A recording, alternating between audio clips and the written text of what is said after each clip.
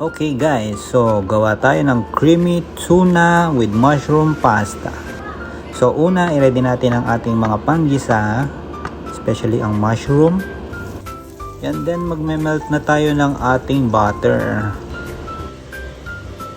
So once melted na yung butter, pwede na natin ilagay ang ating mushroom. Yan, igigisa-gisa lang natin yung mushroom hanggang sa maluto siya.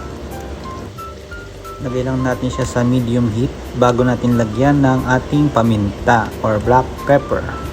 Yan, igigisa-gisa lang natin siya ulit. Tapos once naluto na, pwede na natin siyang kunin at ihiwalay. Then sa butter, igigisa na ulit natin ang ating bawang at ang sibuyas. Hanggang sa mag golden brown, hahalu-haluin lang natin ito. Then optional kung meron kayong pesto paste. Ito ay magpapasarap din sa ating gawa. Hahalu-haluin natin ulit bago natin ilagay ang ating all-purpose cream. Then once naging thick na siya, pwede na natin ilagay ang ating tuna. Then lagyan ng ating paminta, halu-haluin. Then ito optional lang, dried parsley. Yan kung meron lang naman kayo.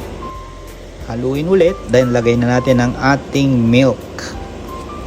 Then nilagyan ko siya ng kinanaw na harina para lumapot. At ginisa mix pampalasa. Then lagay na natin yung pasta. Make sure na hindi sobra ang pasta at hindi rin kulang. Yan, then haluin, halu-haluin.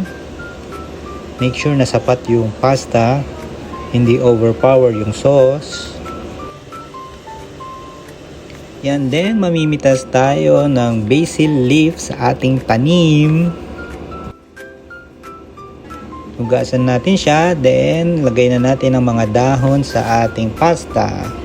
Then ilagay na natin itong mushroom na kaninang linuto natin. Yun yung hiniwalay natin kanina guys. Then lagyan na natin siya ng ating grated cheese. Kung meron kayong parmesan cheese, mas okay, mas masarap at mas bagay ito sa mga white sauce. Ako mas prefer ko yung marami. Depende sa inyo. Then kung meron kayong dried oregano, mas maganda, mas masarap.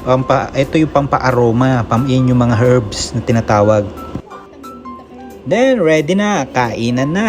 Ito ang pinakahihintay na lahat.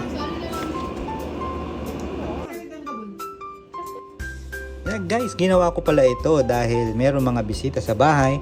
So, kailangan lang na mabilis ang merienda at nagkataon na meron tayong mga sangkap sa bahay.